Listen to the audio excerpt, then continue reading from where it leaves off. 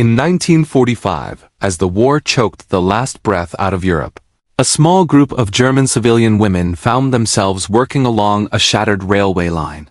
They were ordinary women ordered by local authorities to help repair a bombed section of track so that refugees could be evacuated. Among them were Anna, Rosa, Klara, and Ingrid, 4 women with different lives but the same fear in their eyes. The air was razor-sharp, the wind cruel, and every breath tasted of ash and smoke from distant burning cities. They swung hammers, lifted broken rails, and moved debris with frostbitten hands. Every few minutes, the ground shook from artillery rumbling miles away. Just when they thought the worst of the day was behind them, dark shapes emerged from the tree line. Enemy soldiers. Dozens of them. Before the women could flee, rifles were pointed at their backs and orders barked in harsh voices. They were accused of sabotaging the railway rather than repairing it. Their protests vanished into the wind. The soldiers tied their hands with ropes stiffened by ice and forced them to march through knee-deep snow. The sky dimmed, and the sun disappeared behind thick clouds as if the world itself didn't want to witness what was about to unfold. The march lasted hours. Snow whipped their faces. Their legs burned with exhaustion, and their breaths came out in sharp bursts. When they collapsed, they were dragged to their feet. When they cried, the wind carried their voices away. Their tears froze before they could fall. Darkness swallowed the forest around them, and still they walked one long, endless trail of suffering carved into the winter night. At last, they reached an abandoned railway station, once a place of arrivals and departures. Now nothing more than a broken skeleton of rusted beams and splintered wood. It had become a holding camp, a temporary prison for anyone accused of aiding the enemy. The station smelled of wet iron, fear, and smoke. Inside, the women were locked in a freight car with no windows, just a cracked metal wall letting in streams of freezing air.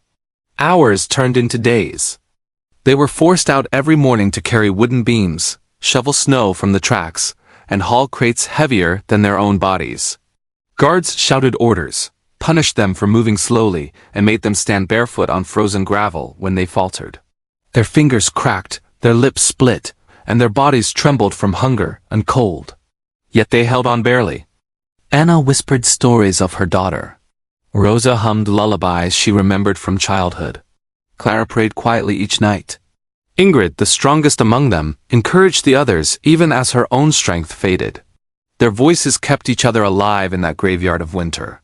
One night, the faint thunder of distant explosions echoed through the valley.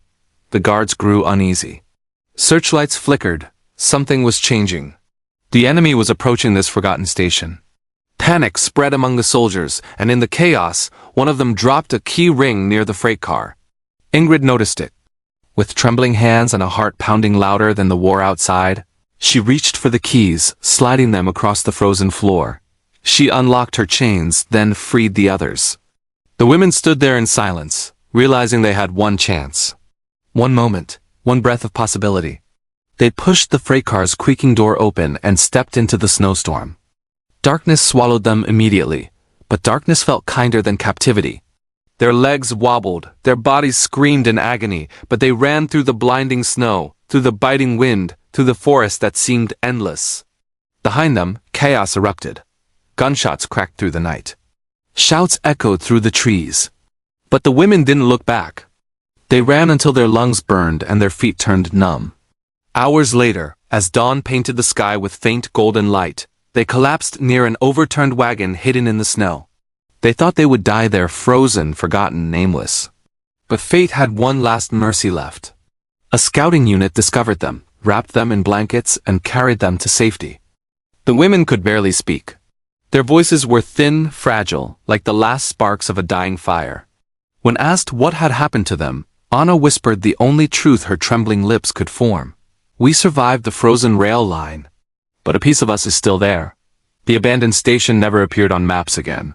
The Winter March was never recorded in military documents. But the story of those 4 German women remains a haunting reminder of how war destroys not just cities, but the quiet, ordinary lives that never deserved to be caught in its storm.